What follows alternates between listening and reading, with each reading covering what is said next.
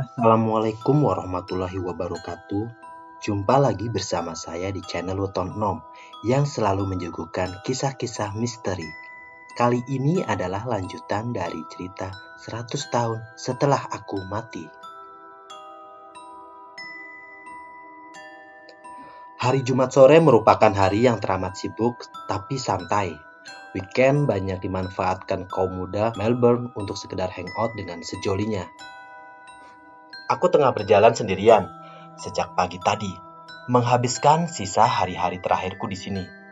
Entahlah kenapa aku ingin sekedar berjalan sendirian.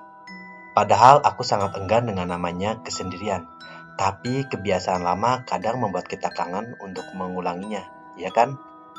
Aku ingat di masa kecilku, aku sering bahkan selalu jalan sendirian sepulang sekolah, menyusuri padang ilalang seorang diri, karena tidak ada yang mau untuk sekedar berjalan denganku. Jalanan setapak di sepanjang persawahan adalah rute yang paling aku senangi. Kenapa? Karena tempatnya sunyi dan sepi. Well, sebenarnya aku tidak benar-benar sendirian. Aku selalu dibarengi dengan seseorang kawan yang bisa dikatakan hampir abadi. Sari. Tentunya kalian mengenal Sari. Entahlah apakah Sari pantas disebut seseorang, karena pada dasarnya Sari hanya korin dari Sari yang pernah hidup di masa lalu. Aneh sekali masa itu. Manusia yang harusnya jadi bangsaku malah menjauhiku. Justru makhluk yang bukan manusia malah menjadi kawan baikku. Itulah kenapa aku memilih jalan sepi setiap pulang sekolah, agar aku bisa bermain dengan Sari tanpa dianggap gila oleh orang-orang. Aku melewati jalanan kampung di pinggiran Semarang, menyeberang parit kecil, dan berhenti di semacam padang ilalang.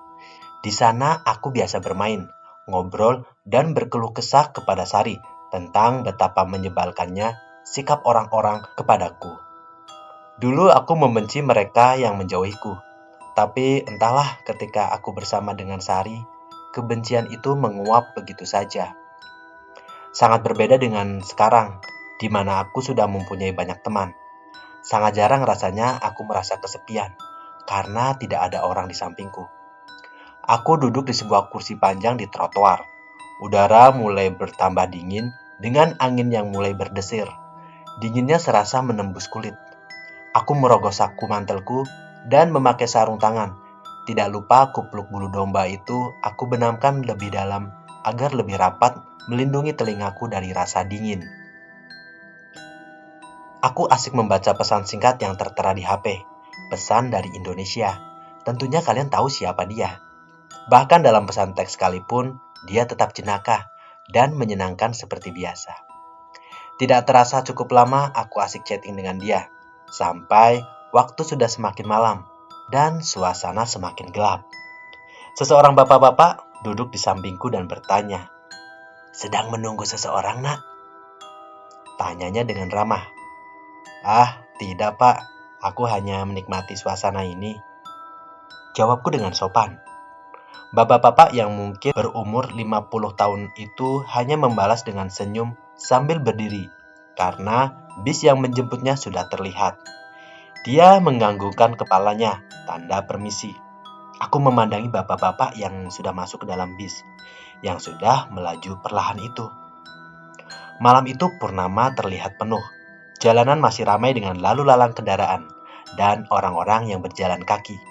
Aku hanya duduk terdiam, menikmati waktu sambil sesekali membalas senyum gadis penjual bunga yang membawa dagangannya dengan keranjang kecil di lengannya.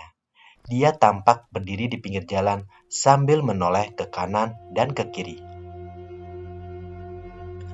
Gadis manis itu menjajakan bunga mawar yang sudah dihias sedemikian rupa, hingga terlihat lebih cantik. Aku taksir umurnya sekitar 17 tahun.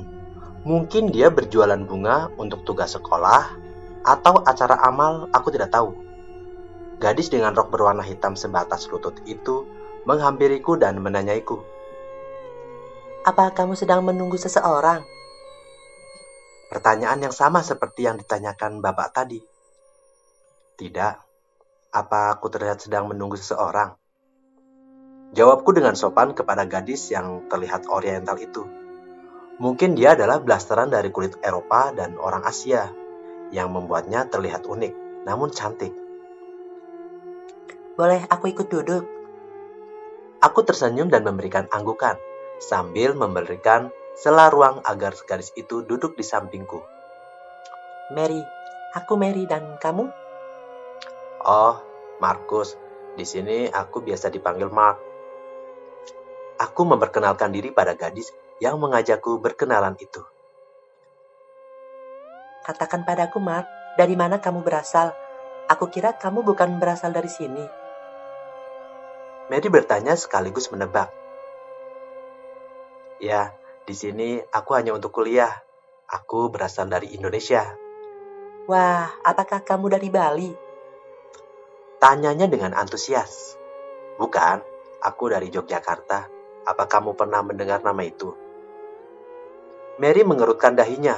Mungkin dia belum pernah mendengar nama Yogyakarta sebelumnya. Aku yakin pernah mendengar nama kota itu, tapi aku tidak yakin itu di mana. Apakah itu tempat di mana masih ada seorang sultan yang memerintah? Tanyanya lagi. Gadis ini cukup cerewet. Tapi dia cukup berwawasan karena tahu bahwa Jogja masih memiliki sultan yang memerintah sebagai gubernur. Aku hanya mengangguk pelan sambil menengadah melihat purnama yang terlihat berpendar indah. Keren. Ucapnya sambil membenahi susunan bunga di keranjangnya. Mark, senang berkenalan denganmu. Aku harus pulang sekarang. Ucapnya sambil berdiri dan menyodorkan setangkai mawar putih kepadaku. Aku menerima setangkai mawar itu. Berapa harganya, Mary? Tanyaku sambil merogoh saku untuk mengeluarkan dompet. Tidak, aku tidak memintamu untuk membelinya, Mark. Aku memberinya untukmu. Aku di sini tidak untuk berjualan. Aku hanya berdiri di sini sepanjang hari untuk memberikan bunga-bunga ini kepada orang yang mau menerimanya. Kamu sudah cukup baik mau menerimanya. Sepanjang hari aku di sini dan baru kamu yang mau menerimanya. Jadi tidak usah. Ucapnya. Dia tersenyum dan memberikan anggukan bertanda dia permisi. Aku memegang mawar itu dan sejenak berpikir mengenai ucapan Mary. Aneh juga untuk ukuran gadis zaman sekarang memberikan bunga seharian kepada orang. Anehnya lagi dia berkata baru aku yang mau menerimanya. Memang apa salahnya hingga tidak ada yang mau menerima setangkai bunga dari gadis cantik. Tiba-tiba ada hawa aneh muncul. Bulu kuduku tiba-tiba merinding sekali, dibarengi dengan rasa dingin yang hinggap di leher bagian belakangku. Aku merasa kepekaan indraku meningkat dengan sendirinya. Mawar yang kupegang, mawar itu aneh sekali. Tiba-tiba mawar itu layu dan mengering dengan sangat cepat. Sangat tidak masuk akal batinku dalam hati. Angin bertiup dan tiupan angin membuat kelopak bunga yang kering dengan aneh itu terbang. Aku melihat potongan kelopak bunga kering yang terbang diangkat angin itu melayang ke arah di mana tadi Mary berjalan meninggalkanku. Ya, kejadian aneh kembali menimpaku, teman. Aku memang tidak banyak menceritakan pengalaman bertemu mereka selama di Melbourne. Karena saking banyaknya, setiap hari aku bertemu makhluk tak kasat mata di sini. Tapi malam itu terjadi keunikan saat aku bertemu dengan salah satu dari mereka. Sosok yang mengaku bernama Mary. Mary, aku masih melihatnya dari jarak yang tidak terlalu jauh. Dia tidak lagi terlihat seperti gadis manis yang menyenangkan selayaknya beberapa detik yang lalu. Terlihat bahwa dia berjalan dengan kaki pincang. Dia berjalan terseok-seok. Rambut panjangnya yang tadi terlihat indah berwarna hitam kecoklatan kini tampak kumal dari belakang. Rok dan sweater yang dia pakai tadi terlihat menawan, tapi sekarang yang terlihat olehku adalah pakaian robek yang compang-camping dia kenakan. Dia berjalan dengan menyeret kaki kanannya. Kenapa? Karena kaki kanannya hanya sebatas mata kaki, tanpa ada telapak kaki di bawahnya. Mary! Teriakku dengan keras. Teriakanku membuat para pejalan kaki menoleh ke arahku. Aku berteriak lagi. Mary! Mary! Orang di sekitaran trotoar yang ramai itu mulai memandangiku dengan tatapan aneh. Mungkin dalam hati mereka bicara, ada apa dengan orang aneh ini? Aku mengesampingkan tatapan aneh dari orang-orang. Dan Mary, dia menoleh ke arahku. Bukan menoleh seperti saat kamu dipanggil orang. Dia menoleh dengan caranya. Dia memutar kepalanya 180 derajat. Hingga menghadap ke arahku yang ada sekitar 15 meter di belakangnya. Shit. Mungkin kamu akan mengumpat karena melihat wajah Mary. Wajahnya pucat seperti karena terendam air dengan waktu lama. Lebam-lebam di wajahnya tampak membiru. Di pelupuk matanya tampak darah yang menghitam menetes melewati pipinya. Dia tidak berhenti berjalan. Dia melanjutkan jalannya yang pincang dengan kepala yang terputar menghadapku. Aku merasa ngilu melihat bagaimana rasanya jika lehermu diputar 180 derajat seperti burung hantu. Dia berjalan menjauh. Satu matanya tertutup dan satu matanya terbuka dengan melotot berwarna merah. Tapi anehnya wujud seram itu masih sedikit menyiratkan kelembutan. Aneh ya, bibirnya yang tersenyum dan membuat gerakan seolah dia mengatakan, "Jaga dirimu, Mark." Aku berlari berusaha mengejar sosok Mary yang mulai berjalan, menembus melewati orang-orang yang tidak sadar bahwa mereka baru saja dilewati sosok makhluk tak kasat mata. Dan bruk. Maaf. Aku sedang buru-buru. Begitu kataku ketika aku menabrak beberapa perjalan kaki yang terlihat sebel karena tingkahku. Sosok Mary terus berjalan dengan cepat. Tidak wajar dengan satu kaki dia bisa bergerak cepat, namun terkesan tidak terburu-buru. Ketika aku persis di belakangnya, aku mengajaknya berkomunikasi dengan bahasa batin. "Mary, tunggu aku." "Ada apa, Mark? Aku harus pulang." Jawabnya dengan kepala yang masih terputar ke belakang. Aku sendiri tidak tahu kenapa mengikuti sosok ini. Biasanya aku mengacuhkan mereka, tapi aku merasa ada feeling yang aneh mengusikku, hingga aku berlari mengejarnya. "Bolehkah aku bicara denganmu?" Mary memutar kepalanya ke arah yang seharusnya. Kemudian dia berbalik dan wujudnya sudah berubah kembali pada sosok yang enak dilihat. "Kamu sebenarnya siapa?" tanyaku padanya.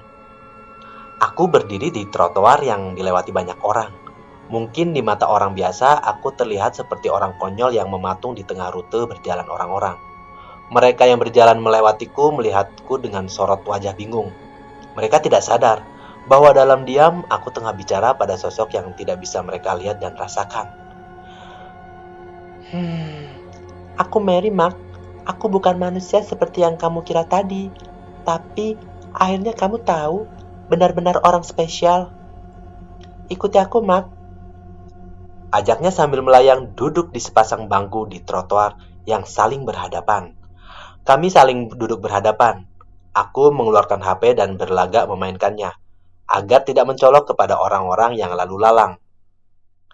"Jelaskan tentang dirimu, Mary," tanyaku dengan bahasa batin. "Kenapa kamu ingin tahu, Mark? Bukankah orang spesial sepertimu tidak terlalu menyukai bangsa kami?" "Iya, tapi tidak semuanya dari bangsamu yang jahat. Kita masih sama-sama hamba Tuhan." Mary tersenyum, dan senyumannya dibarengi dengan bola matanya mengeluarkan darah kental kehitaman. "Oh, maafkan aku, Mark. Aku tahu manusia tidak terlalu suka dengan darah," ujarnya sambil mengusap darah yang mengalir di pipinya. "Apa yang terjadi denganmu? Aku yakin kamu adalah bagian dari orang yang dulu pernah hidup. Iya kan?" tanyaku dengan serius. "Iya, seperti itulah, Mark," jawabnya sambil merapikan kembali bunga-bunga mawar gaibnya. "Lalu, kenapa kamu masih di sini?" Tiba-tiba Mary menatapku dengan tajam. Urat-urat di lehernya bermunculan, dan wujudnya berubah kembali. Mata kirinya merah, dan mata kanannya berongga. Berongga karena tidak ada bola mata di dalamnya. Darah-darah kental berwarna hitam seperti kecap kembali mengalir. Dia tampak tidak senang. "Apa kamu ingin mengusirku? Apa kamu ingin menyiksaku seperti mereka? Hah?" Mary berteriak. Suaranya tinggi sekali. Dia tampak histeris. Suaranya seperti kuntilanak yang menangis dan merintih di tengah malam. Dia mungkin salah paham. Badannya mulai terangkat. Dia berusaha kabur. Aku berusaha mengurungnya agar tidak bisa pergi. Ah! Ah! Dia berteriak. Suaranya sangat menyedihkan. Dia seperti sangat ketakutan. Mungkin memori bagian masa hidupnya yang membuat dia seperti ini. Mary, aku sama sekali tidak bermaksud buruk. Aku tidak ingin mengusirmu. Hah? Bodohnya aku percaya pada manusia lagi, hah? Mary, tenanglah. Teriakku dengan keras. Tentunya dengan bahasa batin. Hingga orang-orang di sekelilingku hanya melihat seorang pemuda yang sibuk dengan ponselnya. Mary sebenarnya hanyalah jin yang menyerupai wujud Mary yang pernah hidup sebelumnya. Tapi masih jadi perdebatan, kenapa jin-jin itu seolah mewarisi apa yang ditinggalkan dari pasangan manusianya dulu. Seperti dendam, sesal, kecewa, dan dari situlah muncul istilah hantu gentayangan dari orang yang pernah mati. Mary di depanku ini jelas memiliki masa lalu yang sangat tidak menyenangkan. Dapat dirasakan dari suara rintihannya. Suara tangisnya yang terpecah dan terdengar sangat memilukan. Mungkin di masa hidupnya Mary memiliki sejarah buruk atas kematiannya. Aku berjanji tidak akan mengusirmu dari manapun, Mary. Tenanglah. Butuh beberapa menit sampai Mary tenang. Dia meronta. Dia tidak lagi menjerit pilu seperti tadi. Apa inginmu sebenarnya? Kata Mary dengan waspada. Aku hanya ingin tahu, kenapa kamu tidak ke tempat di mana kamu sebenarnya harus hidup? Di alammu, bukan di alam ini. Ucapku dengan perlahan. Mary kembali menangis. Dia menjerit dengan menyedihkan. Kalian para cowok-cowok, kira-kira apa yang kalian lakukan jika di depan kalian ada seorang gadis yang menangis terseduh? Tentunya kalian akan mengusap air matanya dengan lembut, kan? Mungkin kalian akan mengatakan, udah jangan nangis. Tapi jika kalian ingin mengusap air mata Mary, jangan gunakan sapu tangan atau tisu untuk mengusapnya. Sebaiknya gunakan kasa atau kapas, karena yang keluar dari matanya bukanlah air mata, melainkan darah kental. Wajah menyeramkan itu tampak berlumuran darah. Sangat mengerikan jika kalian melihatnya secara langsung. Aku tahu bangsa mereka adalah makhluk yang penuh tipu daya. Tapi nuraniku berkata bahwa sosok di depanku bukanlah makhluk yang perlu diwaspadai. Dia hanyalah segelintir dari banyaknya jin yang terjebak di dimensi yang tidak seharusnya mereka tinggal di dalamnya. Aku menunggu seseorang. Aku menunggu seseorang. Aku menunggu seseorang. Jeritnya dengan histeris. Dia menjerit dengan lengking. Telingaku serasa ditusuk karena tingginya suara itu, walaupun hanya aku seorang yang dapat mendengarnya. Siapa yang kamu tunggu? Tanyaku lagi. William. Aku menunggu William. Aku menunggu William. Teriaknya sambil mengerang parau. Di mana William sekarang? Mary mengambil setangkai mawar dan melemparkannya pas mengenai keningku. Dan dalam sekejap aku berkedip. Kalian tahu kecepatan kedipan mata manusia? Cepat bukan? Dari kedipan sepersekian detik, latar di sekelilingku bukan lagi Melbourne di tahun 2011. Matahari bersinar terik. Aku benar-benar merasakannya.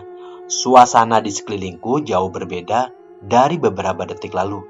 Aku sudah pernah mengalami kejadian ini. Tampaknya aku diajak masuk ke ingatan masa lalu Mary. Orang-orang bergaya retro. Bendera Britania Raya tampak berkibar. Jalanan belum banyak dilalui kendaraan. Kendaraan mobil yang lewat bergaya klasik. Aku berdiri di sebuah batu yang aku duduki. Beberapa meter aku melihat Mary bersama seorang lelaki. Aku yakin itu adalah William yang disebut tadi. Mary membawa sekeranjang mawar persis seperti yang selalu dia bawa. Aku tidak yakin kejadian itu berlatar tahun berapa. Tapi melihat gaya pakaian dan suasana rumah berjajar di tempat itu, mungkin aku tengah berada di tahun 30-an, atau mungkin 40-an. Aku tidak terlalu ambil pusing. Aku fokus kepada dua orang itu. Aku berjalan mendekati mereka agar bisa mendengar percakapannya.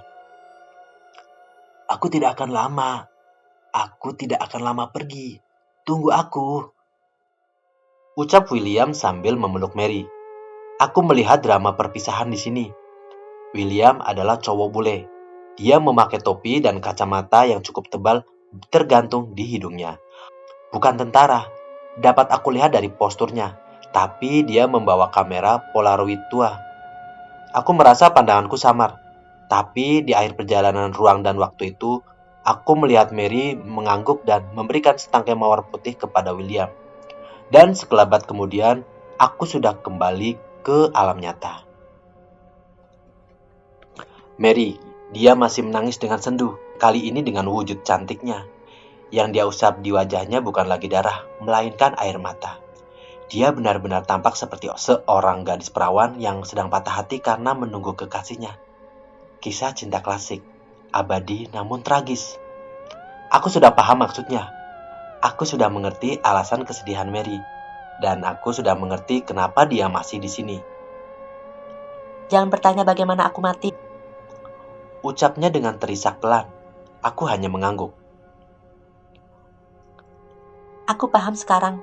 Kamu tidak sedang menunggu. Kamu ditunggu kan? Ditunggu oleh seseorang, sosok sepertiku. Dan kamu berusaha mencari cara bagaimana membantunya. Ucap Mary. Sekali lagi aku hanya mengangguk. Jika betul, maka jangan sampai kamu berbohong seperti William. Dia membuatku tidak bisa pergi dari sini. Aku mewarisi rasa itu. Aku mewarisi rasa sakitnya. Hingga aku belum dapat kembali sampai rasa sakit itu sembuh. Mary berdiri dan melayang. Dia menghampiriku. Aku harus pulang. Pesanku, tuntaskan apa yang menjadi alasan dia tidak bisa tenang. Mary melayang pergi. Aku bahkan belum sempat berterima kasih. Aku duduk termenung. Tentunya kalian tahu alasan aku melakukan hal itu tadi. Ya, tentunya Sari. Untuk Sari. Datanglah saat 100 tahun setelah aku mati. Dia memintaku demikian. Permintaannya hanya itu. Jelas ada satu hal yang membuatnya belum tenang. Malam itu aku belum mendapat petunjuk bagaimana aku akan membantu Sari. Tapi aku mendapat alasan kuat untuk menepati janjiku, agar Sari jangan sampai bernasib sama dengan Mary.